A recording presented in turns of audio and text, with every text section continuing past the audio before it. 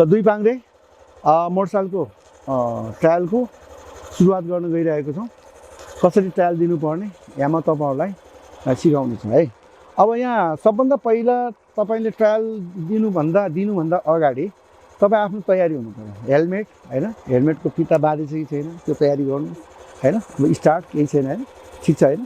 अब तपाईँको मोटरसाइकलको हकमा दायाँ खुट्टा ब्रेक, बायाँ खुट्टा सपोर्ट, तपाईँले दुईटै खुट्टा झार्नुभयो भने फेल हुन्छ हैन। अब तपाईँको ट्रायल यहाँबाट फिगर 8बाट सुरु भएपछि मात्रै हुन्छ है, यहाँसँग केही छैन। यहाँबाट तपाईँले दुवै साइड बायाँबाट पनि एड गर्न सक्नुहुन्छ फिगर 8, दायाँबाट पनि फिगर 8 गर्न सक्नुहुन्छ। त्यसमा कुनै गर्नु हुँदैन भन्ने छैन र कम्फर्टेबल आफूलाई के हुन्छ कुन साइडबाट गर्न सक्नुहुन्छ है। ल अब तपाईँले कुनबाट गर्नुहुन्छ? दायाँबाट। ल दायाँबाट गर्नु। बी सेन्टरबाट है, अगाडिको टायर बी सेन्टरबाट हामी बी सेन्टरबाट अगाडिको टायर पारेर लग्यौँ भने यो छुने डर हुँदैन, रिक्स हुँदैन। आउनुहोस्, तपाईँ अलिकति साइड च्याप्नुहोस्। यो ट्र्याक यहाँ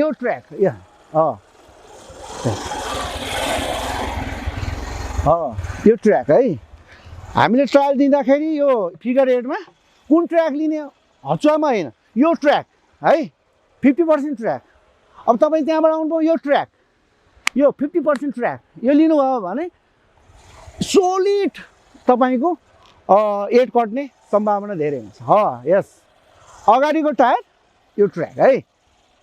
ल आउनुहोस्, अब यो ट्र्याक अगाडिको टायर यो ट्र्याक यो पार्नुहोस्। र अब हाम्रो फिगर 8 पूर्ण भयो। अब हामी आउट जाँदैछौँ फिगर 8 कटेर। अब यो 20 सेन्टरबाट है, तपाईँको यो 20 सेन्टरबाट टायर लग्यो भने यो टायर ट्राफिक पोलहरू छुने डर हुँदैन। अब 50 सेन्टिमिटरको यो स्ट्रेट बाटो छ, यो दायाँ बायाँ नहलिकन अलिकति यसमा स्पिड बढाउनुहोस्। अब लगत्तै यो सिधिना साथ तपाईँको 4वटा पोल आउँछ। यसको 20 भागमा आएपछि मात्र तपाईँले बत्ती बाल्नुहोस्, अथवा पछाडिको चक्काले यो कटिसक्नुपर्छ अनि बल्ल बत्ती बाल्नुहोस् है। आउनुहोस्, र यो 4वटा पोल छ, यो पोलभित्र आएपछि बत्ती मार्ने, साइड लाइट मार्ने र प्लस ट्राफिक लाइट हेर्ने। पहेँलो रातो बत्ती बलेछ भने रोक्ने, बत्ती पनि मार्ने, साइड लाइट मार्ने है। साइड लाइट पनि मार्ने र ट्राफिक लाइट पनि हेर्ने, दुईवटा काम हुन्छ। हरियो बल्यो भने रोक्नु परेन, ट्राफिक साइड लाइट मार्यो तपाईँ हिँड्नुहोस् है। तर पहेँलो र रातो बल्यो भने रोक्नु पर्यो है। अब हरियो बल्यो, ल जानुहोस्। बम्बिङमा अलिकति खतरा हुन्छ, यसमा चाहिँ अलिकति थोरै स्पिड बढाउनुहोस्। यसमा टाइमिङ हुन्छ है, एउटै टाइममा ब्रेक हान्ने होइन। यसमा फ्याट फ्याट फ्याट फ्याट हो यसरी होइन, यसमा ब्रेक हान्नु हुँदैन है। ल स्टप चिन्नुभयो, बुझ्नु भएन? स्टप हामीले बुझेर रोक्नु पर्यो। यहाँ जाऊ नभनेसम्म, ट्राफिकले जाऊ नभनेसम्म हामी जानु हुँदैन है। फेरि तपाईँ जाऊ नभनेसम्म जानुभयो भने फेल हुन्छ।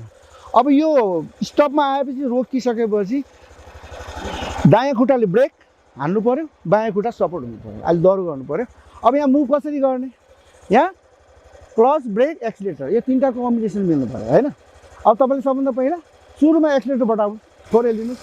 अब क्लच र ब्रेक छोड्नु, बिस्तारै छोड्दै जानु। यस हो।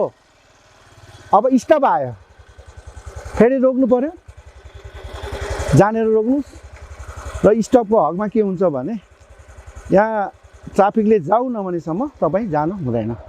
त्यसरी जाँदा पनि तपाईँ फेल हुन्छ। त्यो भएको हुनाले यहाँ पनि तपाईँले ब्रेक हान्नुभयो, तपाईँको बायाँ खुट्टा भयो होइन, ठिक छ। अब यो अन्तिम चरण, अब यहाँ यो ऱ्याम्पको स्टपको रोक्ने बढाउने जो क्रम सिद्धिएपछि अब तपाईँको ट्रायल अन्तिम चरणमा पुग्यो। र अब यहाँबाट तपाईँले जब स्टपबाट मुभ गर्नुहुन्छ नि, तपाईँले खुट्टा लतार्न पाइँदैन, उचाल्न पाइँदैन। ट्र्याक्क सिटमा ल्याउनुहोस् है खुट्टा तपाईँले होइन, हिँडिसकेपछि है। तपाईँ मुभ भइसकेपछि आउनुहोस्, खुट्टा माथि लैहाल्नुहोस्। यसरी हाम्रो ट्रायल सम्पन्न भयो। अब तपाईँ जानुहोस्, आउट जानुहोस्। यस, ल उहाँको ट्रायल सम्पन्न भयो। यसरी हामी दुई पाङ्रे मोटरसाइकलको पनि कसरी ट्रायल गरिन्छ भन्ने कुराहरूको हामीले देखायौँ।